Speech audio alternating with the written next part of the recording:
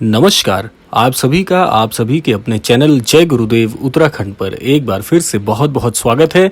कामना करते हैं कि आप और आपके परिजन सभी स्वस्थ होंगे। इसी कामना के साथ बढ़ते हैं आज के इस दिव्य अध्याय की ओर।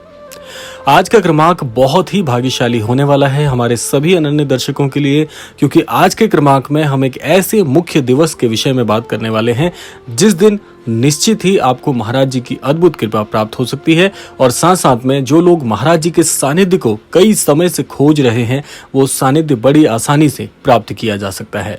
देखिए, वैसे तो महाराज जी के अनन्य भक्त महाराज जी की खोज में बहुत से कार्य करते हैं, महाराज जी को रिझाने के लिए काफी प्रयास करते हैं, लेकिन क्या आप जानते हैं कि बहुत ही सरल विधि के द्वारा महाराज जी तक आप अपनी हर बात आसानी से पहुंचा सकते हैं और निश्चित ही महाराज जी की कृपा पात्र भी आप बन सकते हैं। आइए बात कर लेते हैं उस विधि के विषय में। और उससे पूर्ववत एक बात आपको और पता होनी चाहिए यदि आप ये अभ्यास कर रहे हैं तो।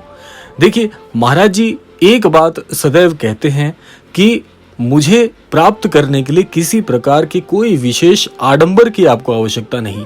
महाराज जी तो यहाँ तक कहते हैं कि अगर आप पूजा पाठ करने वाली पद्धति वाले व्यक्ति नहीं भी हैं तो भी बड़ी सरलता से आप मुझे प्राप्त कर सकते हैं।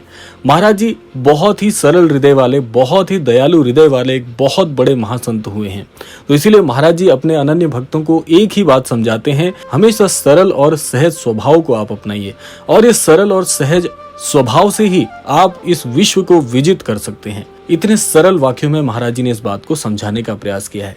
अब आते हैं विधि के विषय में। देखिए, विधि क्या है, बहुत ही अद्भुत अपना व्यक्तिगत अनुभव आपके साथ साझा करूंगा जो कि बहुत ही लाभदायक आपके लिए होगा। आप सभी के बहुत से प्रश्न आते हैं कि जिस विधि से आप महाराज जी तक अपनी बात पहुंचाते हैं वही विधि हमें भी बताइए। तो इसी क्रम में आज का ये क्रमांक है।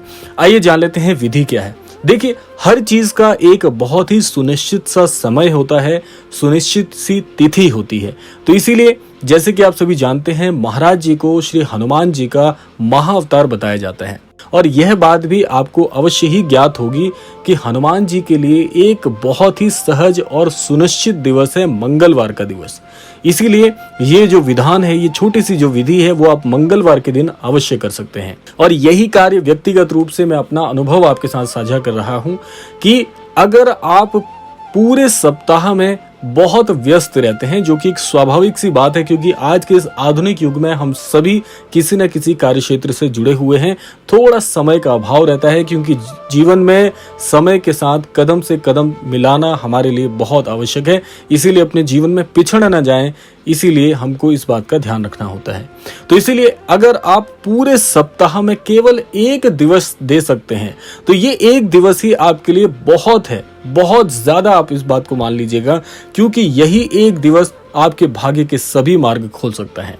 इस दिन आप क्या कर सकते हैं कि प्रातः काल में स्नान आदि से नित्य कर्मों से निवृत्त होने के बाद एक कार्य आपको करना है कि यदि आप अपने नजदीकी श्री हनुमान मंदिर में जा सकते हैं तो बहुत ही अद्भुत होगा। अगर यह भी नहीं कर सकते तो अपने गृह स्थान में जो भी श्री हनुमान जी का जहां पर भी आपने स्थान बनाया हुआ है, अर्थात जहां पर भी आपने श्री हनुमान जी की स्थापना की है या कोई छवि चित्र है, वहां पर आपको स्नानादि करने के बाद एक तेल का दीपक प्रज्वलित करना है। बहुत छोटी सी विधि आपको बताऊंगा और बहुत ही सरल है ये कार्य।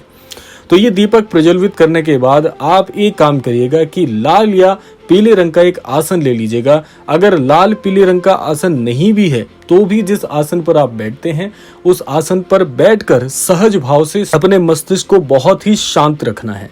शांत रखने के बाद सबसे पहले एक छोटी सी प्रार्थना करनी है कि हे बजरंगबली, हे दुखों को हरने वाले महावीर, आपके सामने एक छोटी सी अर्जी मैं रखना चाहता हूँ। ये अर्जी सिर्फ इतनी है कि हे हनुमान जी, अपने आशीर्वाद से मुझे और मेरे संपूर्ण परिवार को कृतार्थ करें और हर कार्य में आप मुझे अपना आशीष प्रदान करें। ये छोटी सी एक प्रार्थना करनी है आपको और उसके बाद निश्चित तौर पर श्री हनुमान चालीसा का एक पाठ करना है आपको सहृदय।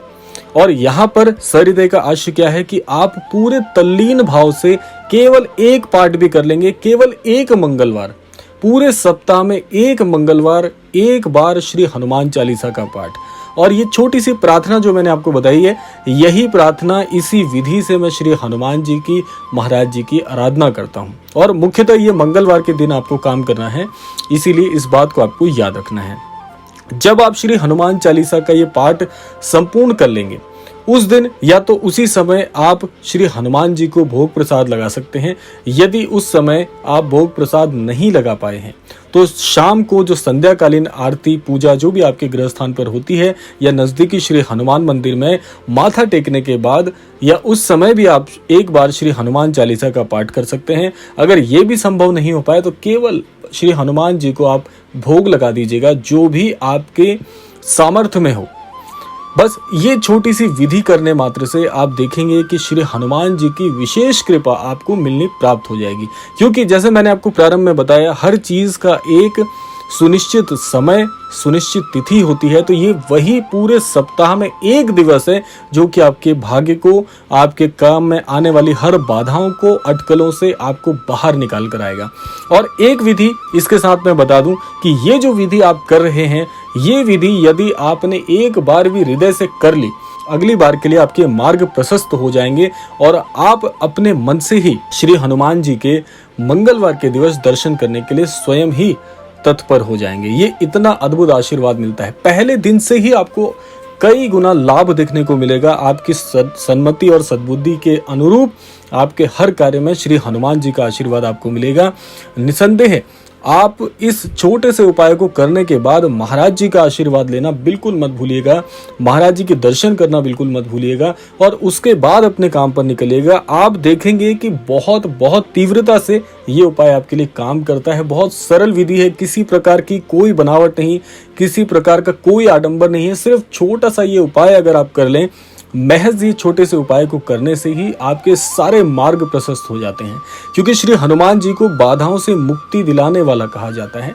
तो इसीलिए मुख्यतः जिन लोगों के जीवन में कोई भी अड़चने आ रही हैं, काम बनने में देरी हो रही है, मेहनत करने के बाद फल नहीं मिल रहा, भाग्य का साथ नहीं मिल रहा, ये उपाय उन सभी के लिए बहुत बहुत अद्भुत है, बहुत सटीक है। जो लोग कर्ज से परेशान हैं, किसी बीमारी से परेशान हैं, ये उपाय करने मात्र से आपको बहुत सा लाभ देखने को जीवन में निश्चित तौर पर मिलेगा। तो ये था आज का अद्भुत क्रमांक। कामना करते हैं ये क्रमांक आप सभी को बहुत ही पसंद आया होगा और इस उपाय को करके, इस विधि को करके श्री हनुमान जी का आशीर्वाद लेना बिल्कुल नहीं भूलेंगे। इसी कामना के साथ विदा लेने का समय भी आ गया है। विदा लेने से पूर्व समय है प्रार्थना का। यही प्रार्थना करना चाहूंगा कि श्री हनुमान जी और श्री महाराज जी के आशीर्वाद अनुसार आप सभी को सन्मति और सद्बुद्धि की प्राप्ति हो, इस संपूर्ण सृष्टि का, इस संपूर्ण लोक का कल्याण हो। इसी कामना के साथ विदा लेते हैं। मिलते हैं अगले क्रमांक में। तब तक के लिए जय श्री राम, जय गुरुदेव, जय उत्तराखंड।